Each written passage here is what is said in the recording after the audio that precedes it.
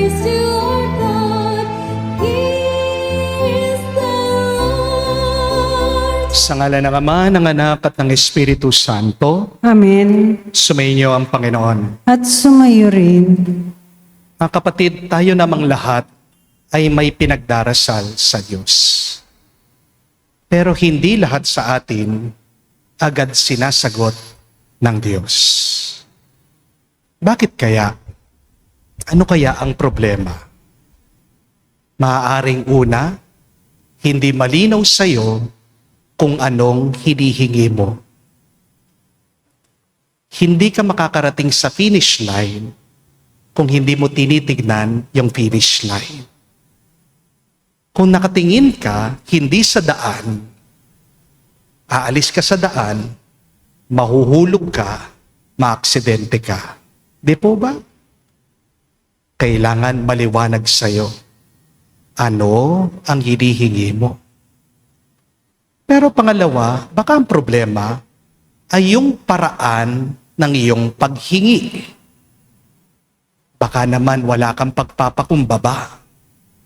Baka naman wala kang tiwala sa Diyos. Dahil aminin natin, marami sa atin ang humihingi sa Diyos at pagkatapos, meron pa rin tayong pagdududa. Meron pa rin tayong takot. Kapag nangangamba ka, natatakot ka, pagkatapos mong humingi sa Diyos, niloloko mo lang ang iyong sarili. Niloloko mo lang ang Diyos. Dahil ano ba ang pananampalataya? Pinapaubaya mo sa Diyos ang lahat. Ano man ang ating natatanggap araw-araw, maniwala tayo, sinasagot na agad ng Diyos ang ating panalangin. Everything that we experience daily in our life is an answered prayer from God. Kaya nga tayo'y magpasalamat na. Tayo'y magpuri na. At aminin natin ang mga pagkakataon na kung saan tayo'y nagreklamo, tayo'y nagbuwisit, tayo'y nagalit. Mga kapatid, muli, magpakumbaba tayo sa Diyos. Hingin natin muli ang kanyang awa para minsan pa tayo'y makatanggap sa kanyang banal na katawan at dugo ang pinakamagandang sagot at grasya sa ating mga hinihingi sa Diyos. Inaamin ko Sa makapangyarihang Diyos at sa inyo mga kapatid, na lubha akong nagkasala sa isip, sa salita, sa gawa at sa aking pagkukulang. Kaya sinasamo ko sa mahal na Birheng Maria, sa lahat ng mga anghel at mga banal, at sa inyo mga kapatid, na ako'y ipanalangin sa Panginoong ating Diyos. kawan tayo na makapangyarihang Diyos, patawarin tayo sa ating mga kasalanan at patnubayan tayo sa buhay na walang hanggan. Amen. Panginoon, kaawaan mo kami. Panginoon, kaawaan mo kami. Kristo, kaawaan mo kami. Kristo, kaawaan mo kami. Panginoon, kaawaan mo kami. Panginoon, kaawaan mo kami. Manalangin tayo. Ama naming makapangyarihan, kami naway magkaroon ng pitagan at pagmamahal para aming magawa sambahin ang ngalan mo. Sapagkat sa mga pinatatag ng iyong pag-ibig, ikaw ay walang pinapabayaang masadlak sa ligalig. Niluluhog namin ito sa pamagitan ni Jesucristo, kasama ng Espiritu Santo, magpa sa walang hanggan. Amen.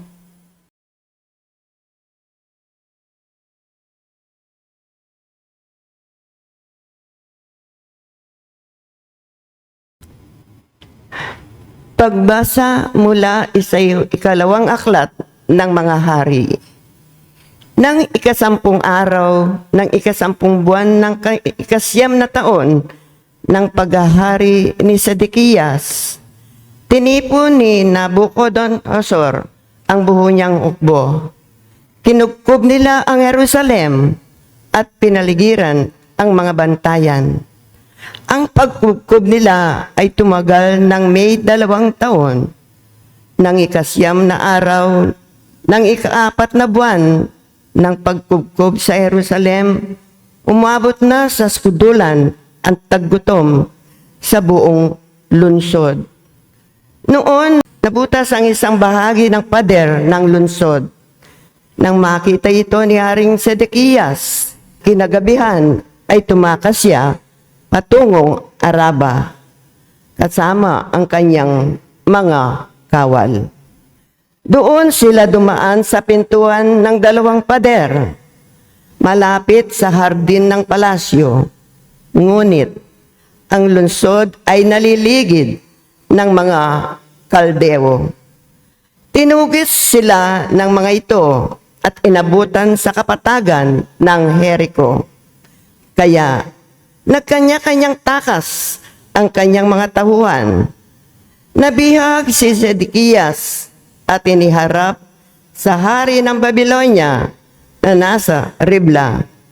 At doon siya hinatulan. Pinatay nila sa harapan ni Sedekias ang mga anak nito. Dinukit ang mga mata at gapos ng tanikalang dinala sa Babylonia. Nang ika-7 araw ng ika-5 buwan ng ika-11 na taon ng paghahari ni Nabucodonosor, pinasok ni Saradan ang Jerusalem, kapitan ng kanyang mga tanod. Sinunog niya ang templo, ang palasyo, at ang lahat ng bagay doon. Wala siyang tinira. Ang mga pader ng lungsod ay giniba naman ng mga kawal na kasama ni Nabuzaradan. Dinala nilang bihag, natitira pang Israelita, pati ang mga sumuko sa hari ng Babylonia. Ang iniwan lamang niya roon ay ang ilang mahihirap upang magbungkal ng lupa at mag-alaga ng mga ubasan. Ang salita ng Diyos. Salamat sa Diyos.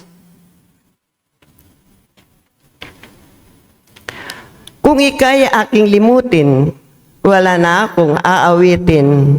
Kung ika'y aking limutin, wala na akong aawitin. Sa pampang ng mga ilog nitong bansang Babylonia, kami rooy nakaupong tumatangis sa tuwinang ang iniwan naming Siyon ay aming maalala.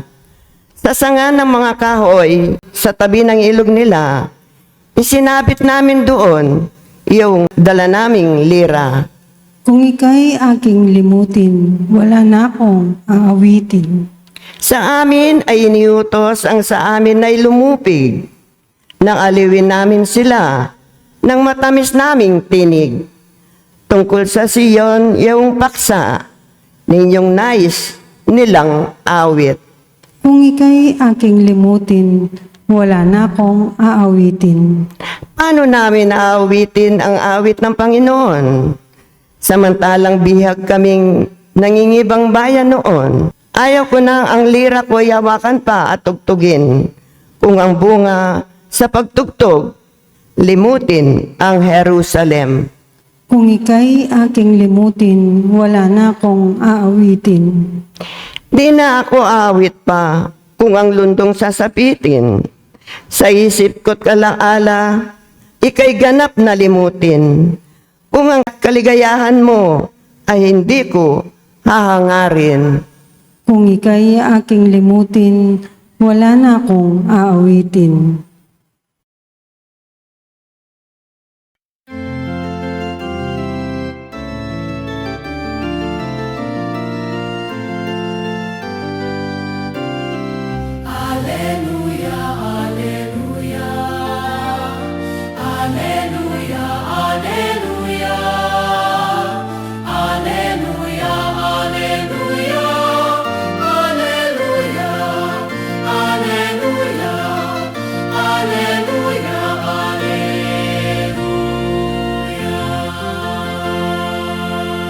Hinako ni Jesucristo ang sakit ng mga tao upang matubos niya tayo. Aleluya, aleluya. Sumainyo ang Panginoon. at sumayo rin. Ang mabuting balita ng Panginoon ayon kay San Mateo. Papuri sa iyo, Panginoon. Nang makababa si Jesus mula sa bundok, sinundan siya ng napakaraming tao. Lumapit sa kanya ang isang ketongin at lumuhod sa harapan niya. Ginoo ang wika niya, "Kung ibig po ninyo, ako'y inyong mapapagaling." Hinipo siya ni Jesus at sinabi, "Ibig ko, gumaling ka." At pagdakay nawala ang kanyang ketong. "Huwag mo itong sasabihin kanino man," bili ni Jesus. "Pumunta ka at pasuri sa saserdote. Pagkatapos maghandog ka ng haing iniuutos ni Moises bilang patotoo sa mga tao na magaling ka na." Mga kapatid, ang mabuting balita ng ating Panginoon. Pinupuri ka namin, Panginoong Heso Kristo. Magandang araw po muli sa inyong lahat. Hindi ko po alam kung napansin nyo ito sa Ebanghelyo. Ang dasal po ng ketongin ay napakaikli. Hindi po siya nagbigay ng mahabang speech. Hindi po niya sinabi kay Jesus, "Panginoon, alam mo ang hirap ng buhay ko. Alam mo ang pinagdadaanan ko. Alam mo naman ang problema ko." 3 salita lang po ang laman ng dasal niya. "If you wish," kung ibig niyo. Napakasimple, pero napakalalim. Kasi ang totoo, ang pananampalataya ay hindi lang po pagsasabi, "Lord, kaya mo." Ang tunay na pananampalataya ay pagsasabi rin, "Lord, bahala ka." May follower po tayo na parang nakaibigan ko na rin. Nag-message po siya sa akin kahapon. Sabi niya, "Father, please pray for me. Magpapa-interview po ako sa US Embassy. Sana makakuha po ako ng visa." Kaya pinagdasal ko po siya. Pero ito po ang aking dasal para sa kanya. "Panginoon, ang kagustuhan mo ang mangyari." Ilang oras po ang lumipas, nag-message po siya ulit sa akin. Ang sabi niya, "Father, denied po ako. It's my 3rd time. And for 8 years already, nagtatry po ako, pero wala pa rin." Sumagot po ako, sabi ko, "That's okay. Because your ways are not God's ways." Nag-text po siya ulit sa akin, sabi niya, "Ang unfair po ng buhay. Yung iba po, nakakakuha ng visa, hindi naman nila kailangan. Pero ako po, kailangan na kailangan ko. Bakit hindi ako pagbigyan ng Diyos?" At sumagot po ako sa kanya, sabi ko, "Thank God still that life is unfair." Kasi isipin mo, kung fair ang Diyos, tayong lahat dapat nasa impyerno na tayo. Hindi po ba? Kung gusto natin agad patas ang Diyos, bawat nagkakasala tayo, agad pinaparusahan tayo. Pero hindi. Hindi po ba? Nagkakamali tayo, nabibigo tayo, pinapatawad tayo ng Diyos, araw-araw, binabasbasan niya tayo. Thank God. God is not fair. May grasya pa rin kahit na hindi mo tinanggap yung hinihingi mo. Pasalamat ka pa rin kasi baka nakalimutan mo, marami kang tinatanggap na hindi mo naman hinihingi sa Diyos. Di po ba? Kapatid, aminin natin. Madalas sa buhay, gusto natin my will be done. Di po ba? Pero gayahin natin yung dasal ng ketongin. Ano ang sabi niya? Your will be done. If you wish. Kung gusto nyo, Panginoon. Napansin niyo po ba? Hindi rin sinabi nung ketongin, "Lord, kaya mo akong pagalingin." Hindi niya inutusan ang Diyos. Hindi niya kinontrol ang Panginoon. Nagtiwala siya kay Jesus. Minsan kasi gusto natin, alipin natin ang Diyos eh. Di po ba? Gusto natin siyang sumusunod dun sa ating gusto. Di po ba? Aminin nyo. Pag nagdadasal kayo, ano sinasabi nyo? Lord, ito ang gawin mo. Lord, itong bigay mo sa akin. Lord, ito dapat ang mangyari. Para bang tayo ang boss? Parang ginagawa lang natin assistant ang Diyos. Hindi po ganon. Tayo'y mga anak niya. Siya ang Ama. At mas alam ng Ama ang kailangan ng anak. Di po ba? Meron pong isang napakagandang bahagi nitong ating nabasang ebanghelyo. Ang sabi po, Jesus stretched out His hands and touched him.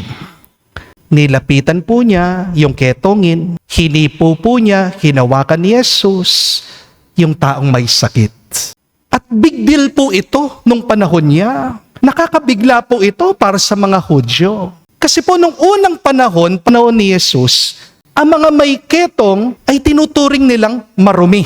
At kapag hinawakan mo yung marumi, nagiging marumi din ang iyong espiritu, ang iyong kaluluwa, ang iyong pagkatao. Yun po ang iniiwasan ng mga Hudyo.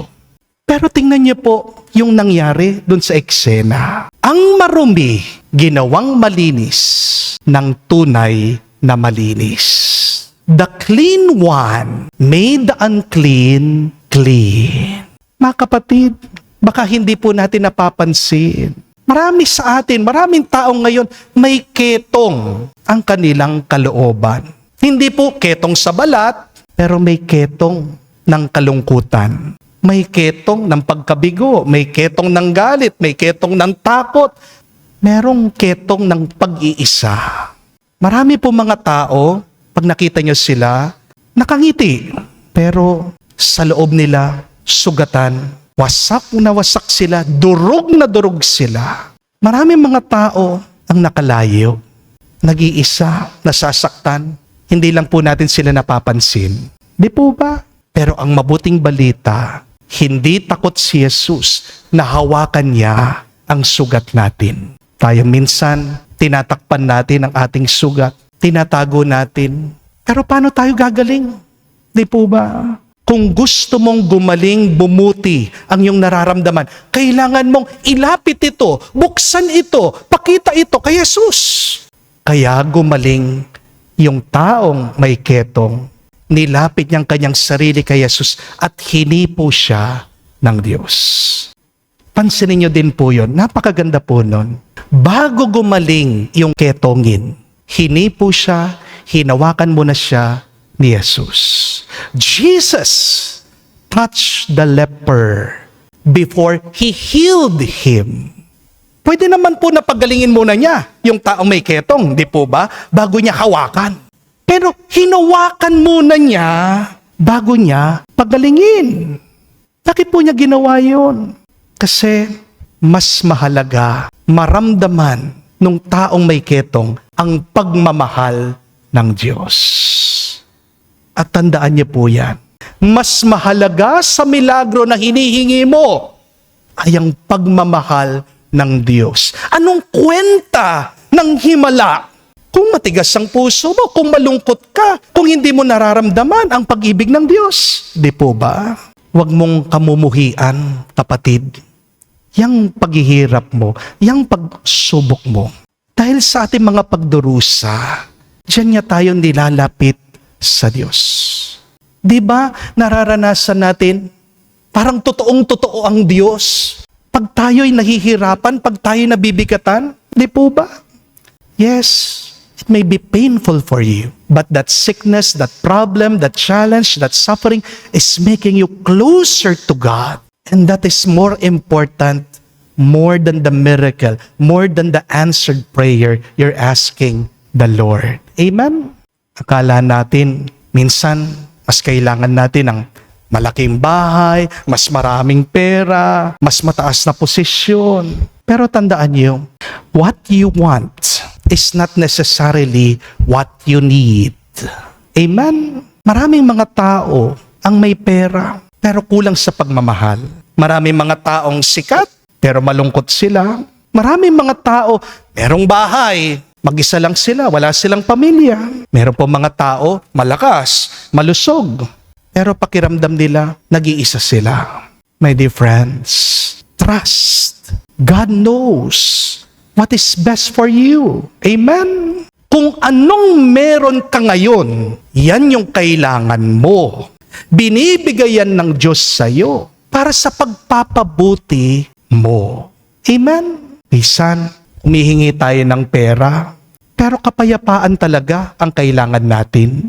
Minsan, humihingi tayo ng tagumpay, pero pahinga talaga ang kailangan natin. Minsan, humihingi tayo ng bagong trabaho, pero mas matibay palang pananampalataya ang kailangan natin.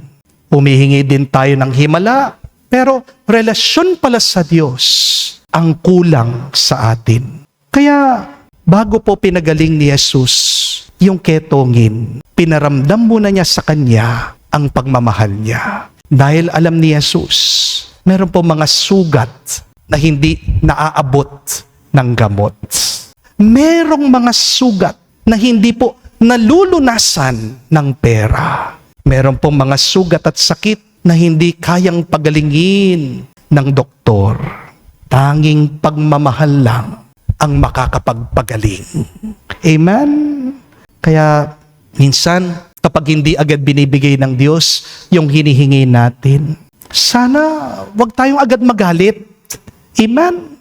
Kapatid, hindi kanya pinagkakaitan. Baka meron lang mas mahalaga na hinahanda at ibibigay ang Diyos sa iyo. Para po yung bata, humihingi po siya ng ice cream, pero may lagnat siya. Hindi po ibibigay ng mabuting magulang yung gusto ng bata. Hindi po ba? Ibibigay ng magulang yung kailangan ng bata. At ganon din po sa Diyos. Hindi ibibigay ng Diyos lahat ng gusto mo. Kasi hindi lang naman pera ang mahalaga. Tagumpay, kapangyarihan, kasikatan. Hindi po yan ang pinakamahalaga sa buhay. Ang pinakamalaking pangangailangan ng tao ay yung maranasan niya na minamahal siya. Hindi po ba? Yan ang binigay ni Jesus sa ketongin. Yan ang binibigay ni Jesus sa atin. Magsimba ka, mararanasan mo yan. Amen? Kaya nga po, bago po binago ni Jesus yung balat ng ketongin, binago muna niya yung puso niya. At baka yan ang ginagawa ng Diyos sa iyo. Bago niya baguhin yung lifestyle mo, binabago muna niya yung nandun sa loob mo. Kasi kung babaguhin niya yung nasa labas at bulok pa rin yung nandun sa loob, masisira din ang lahat. Di po ba? Masasayang din ang ibibigay niya sa iyo. Di po ba? Bago niya pagalingin ang iyong katawan, pinapagaling muna ng Diyos ang iyong puso, ang iyong kaluluwa. And that is the good news. Dahil sa karyan po ng Diyos, ang pinakamahalagang himala ay hindi lang naman po yung paggaling Ang pinakamalaking himala ay yung maramdaman mo, mahal ka ng Diyos. Kahit na may problema ka, kahit na sugatan ka, kahit na nahihirapan ka. Mga kapatid, iiwanan ko po ito sa inyo. Tandaan niyo po ang kahulugan ng trust. Spell trust, T-R-U-S-T. Memorize this. T stands for trust God's power. Magtiwala ka sa kapangyarihan ng Diyos. R means remember God's love. Alalahanin mo, mahal na mahal ka ng Diyos. U stands for understand God's timing. Binibigay sa iyo ng Diyos sa takdang panahon ang kanyang grasya. S stands for surrender your plans. Mas maganda ang plano, ang pangarap ng Diyos kesa sa iyong pangarap. T stands for thank God in advance. Magpasalamat ka na kahit na hindi mo pa nakikita yung sagot sa iyong dasal.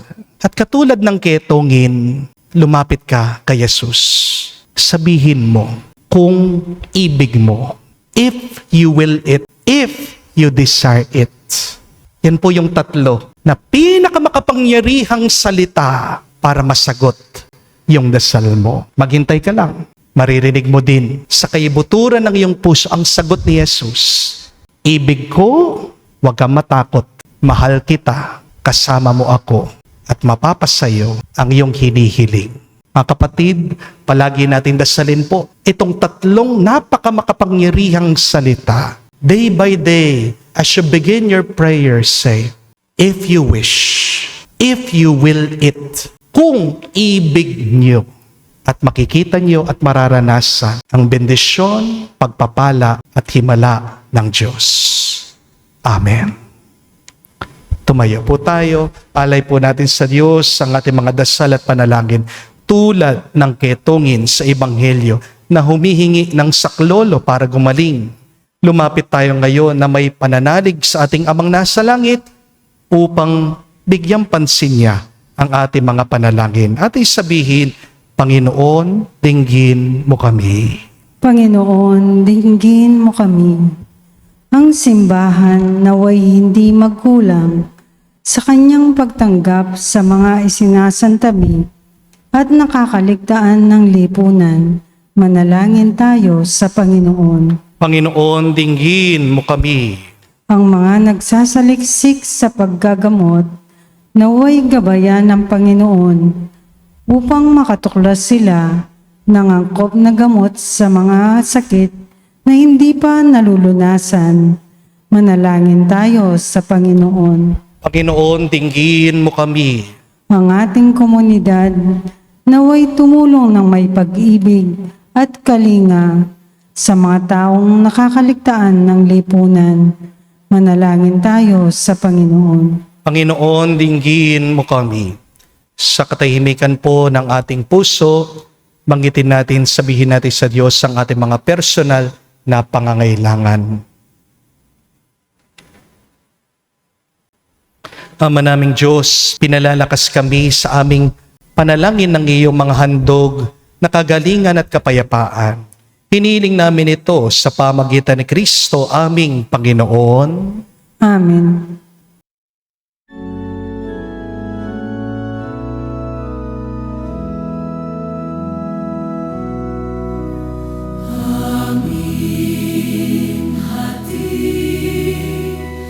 Alay na ito, ang tinapay na nagmula sa pagpapala mo. At tanggapin, alak na ito, inuming inihain sa'yo. Mahal naming Diyos, inyong tanggapin ang munting alay mula sa amin. Buong puso namin hihintayin pagpapala na aming hiling. Pagpapala na aming hiling. Panalangin kayo mga kapatid, para ang ating mga paghahain ay kalugdan ng Diyos, amang makapangyarihan. Tanggapin nawa ng Panginoon itong paghahain sa inyong mga kamay, sa kapurihan niya at karangalan, sa ating kapakinabangan at sa buong sambayanan niyang banal. Ama naming lumikha, tanggapin mo ang aming paghahain ng papuri sa iyong kabutihan sa amin. Sa dulot nawa nitong kadalisayan, kami naway makapag-alay ng iyong kinalulugdan. Sa pamagitan ni Jesucristo kasama ng Espiritu Santo, magpa sa walang hanggan. Amen. Sumainyo ang Panginoon. At sumayo rin, Itaas sa Diyos sa inyong mga puso at diwa. itinaas na namin sa Panginoon. Pasalamatan natin ang Panginoong ating Diyos. Marapat na siya ay pasalamatan. Ama namin makapangyarihan, tunay nga marapat na ikaw ang aming pasalamatan. Pinagbibigyan mo ito'y aming maihayag, kahit na ito'y walang anuman maidaragdag. Sa kadakilaan sa iyo ay likas. Sa pagpupuri namin ang nakikinabang, ay kami rin naman iyong pinakikiharapan. sa pamagitan ng iyong anak na minamahal. Kaya kaisa namang anghel nagsisiawit ng papuri sa iyo na walang humpay sa kalangitan. Kami nagbubunyi sa iyong kadakilaan.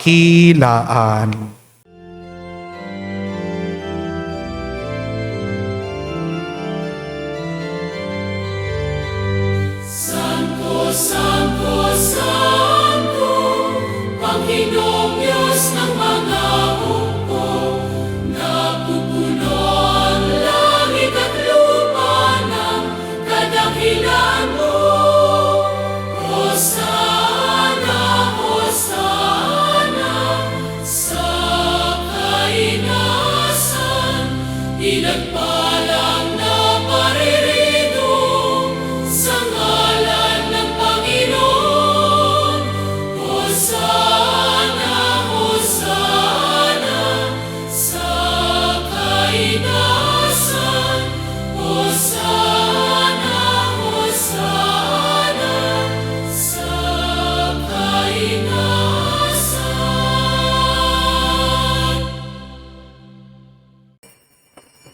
Ama naming banal, ikaw ang bukal ng tanang kabanalan. Kaya't sa pamagitan ng iyong Espiritu, gawin mong banal ang mga kaloob na ito upang para sa amin maging katawan at dugo ng aming Panginoong Heso Kristo.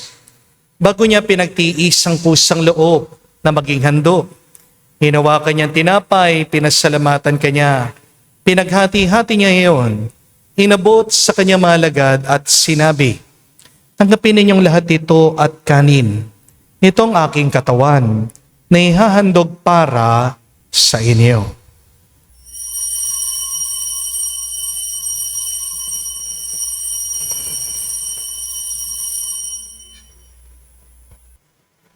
Gayon din naman na matapos ang hapunan, hinawakan niyang kalis. Muli kanyang pinasalamatan. Nabot niyang kalis sa kanyang malagad at sinabi, "Tanggapin ninyong lahat ito at inumin. Ito ang kalis ng aking dugo, ng bago at walang hanggan tipan. Ang aking dugo na ibubuhos para sa inyo at para sa lahat, sa ipagpapatawad ng mga kasalanan. Gawin ninyo ito sa pag-alaala sa akin."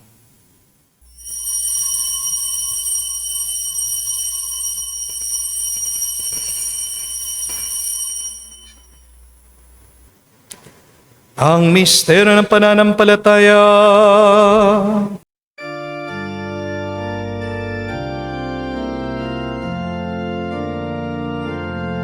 Si Kristo ay namatay, si Kristo ay nabuhay, si Kristo ay babalik sa wakas, sa wakas, sa wakas ng panahon. Ama, ang ginagawa namin ngayon ng pag-alaala sa pagkamatay at muling pagkabuhay ng iyong anak. Kaya tinialay namin sa iyong tinapay nagbibigay buhay at ang kalis na nagkakaloob ng kaligtasan. Kami nagpapasalamat dahil kami yung minarapat na tumayo sa harap mo para maglingkod sa iyo. Sinasamo namin kami magsalo-salo sa katawan at dugo ni Kristo ay mabuklod sa pagkakaisa sa pamagitan ng Espiritu Santo. Ama, lingapin mong iyong simbahan, laganap sa buong daigdig. Puspusin mo kami sa pag-ibig. Kaisa ni Leon ang aming Santo Papa, si Florentino aming Arsobispo at ng Tanang Kaparian. Alalahanin mo rin ang aming mga kapatid na nahimlay may pag-asang sila'y muling mabubuhay. Ngayon din naman lahat ng mga pumanaw, kawan mo't sila't patuloyin sa iyong kaliwanagan. Kawan mo't pagindapatin kaming lahat, makasalo sa iyong buhay na walang wakas. Kaisa na mahal na Birhen Maria, Ina ng Diyos. Kaisa ni San Jose, ang kanyang maluwalhating esposo. Kaisa ng mga apostol, lahat ng mga banal, na namuhay dito sa daigdig na kalugod-lugod sa iyo. May pagdiwang nawa namin ang pagpupuri sa ikararangal mo sa pamagitan ng iyong anak, aming Panginoong Heso Kristo. sa pamamagitan ni Kristo, kasama niya at sa Kanya, lahat ng parangal at papuri ay sa iyo, Diyos Ama, makapangyarihan, kasama ng Espiritu Santo, magpasawalang hanggan. Amen. Amen. Amen. Amen. Amen. Sa nakagaling na utos sa Turo ni Jesus sa Panginoon natin na Diyos, ipahayag natin ang lakas, loob.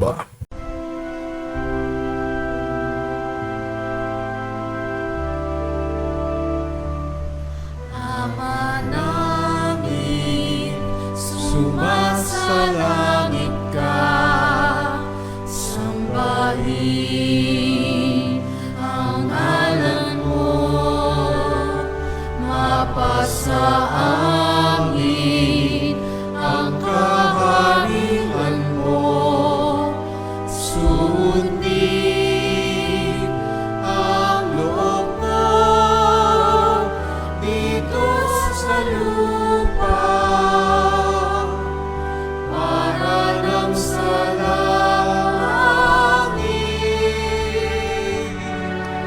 Bigyan mo kami ngayon ng aming kakanin sa araw-araw at patawarin mo kami sa aming mga sala para ng pagpapatawad namin sa nagkakasala sa amin. At huwag mo kami ipahintulot sa tukso, at iadya mo kami sa lahat ng masama. Hinihiling namin kami iadya sa lahat ng masama, pagkalooban ng kapayapaan araw-araw, iligtas sa kasalanan, ilayo sa lahat ng kapahamakan. Samantalang aming pinanabikan na dakilang araw ng pagpapahayag ng tagapagligtas naming si Jesucristo. Sapagkat iyo ang kaharian at ang kapangyarihan at ang kapurihan magpakailanman. Amen. Panginoong Jesucristo, sinabi mo sa mga apostol, kapayapaan ang iniwan ko sa inyo. Ang aking kapayapaan binibigay ko sa inyo. Tunghayan mo ang aming pananampalataya at huwag ang aming pagkakasala. Pagkalooban mo kami ng kapayapaan at pagkakaisa ayon sa iyong kalooban, kasama ng Espiritu Santo, magpas sa walang hanggan. Amen. Kapayapaan ng Panginoon ay laging sumainyo. At sumayo rin. Magbigayan po tayo ng kapayapaan sa bawat isa. Peace with you po, kapayapaan po sa inyong lahat.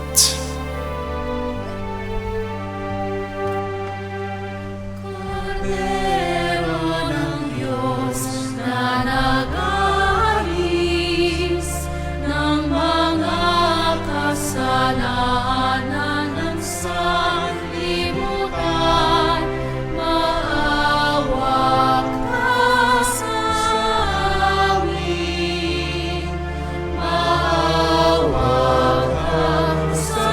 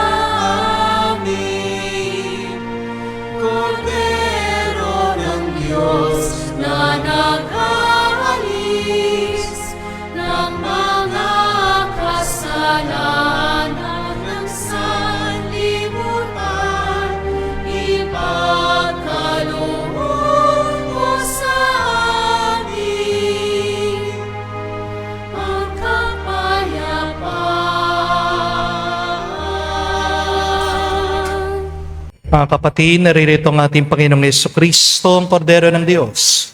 Siyang nag-aalis sa mga kasalanan ng sanlibutan. Mapalad tayong lumalapit sa piging ng Kordero. Panginoon, hindi ako karapat-dapat na magpatuloy sa iyo, ngunit sa isang salita mo lamang ay gagaling na ako.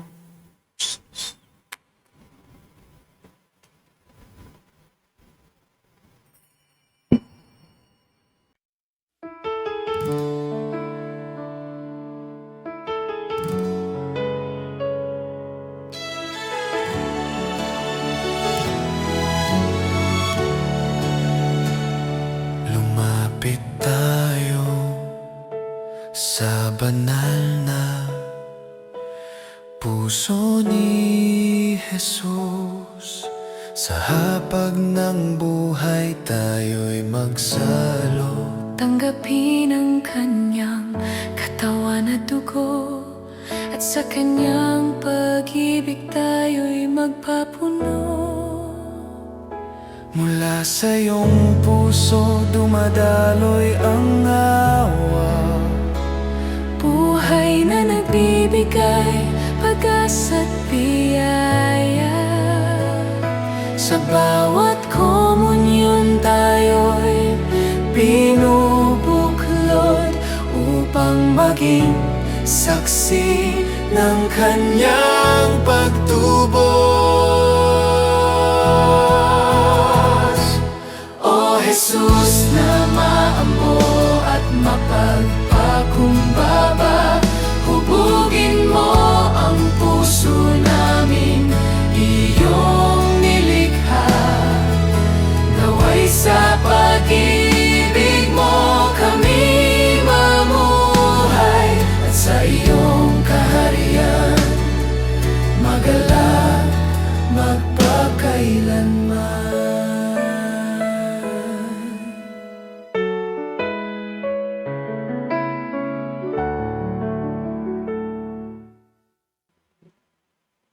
Manalangin tayo. Ama naming mapagmahal, kaming nakinabang sa katawan at tugo ng iyong anak ay sumasamo sa iyong habag upang ang aming taimtim na ginanap ay maging pagtanggap namin sa tiyak mong pagliligtas. Sa pamagitan ni Jesucristo kasama ng Espiritu Santo, magpa sa walang hanggan. Amen.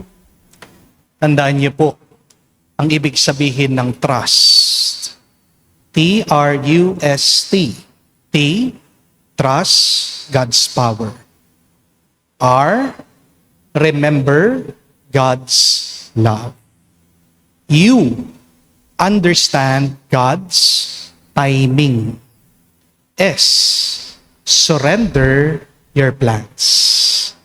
And T, thank Him in advance. Sulat niyo po yon. Araw-araw, memorize nyo, tandaan nyo, lalong-lalo na pag kayo nangangamba, lalong-lalo na pag kayo nalulungkot, lalong-lalo na pag kayo ay nagdududa. Pero ang pinaka makapangyarihang salita pag tayo'y nananalangin, tatlo po. If you wish. Kung iibigin mo. Kung gugustuhin mo.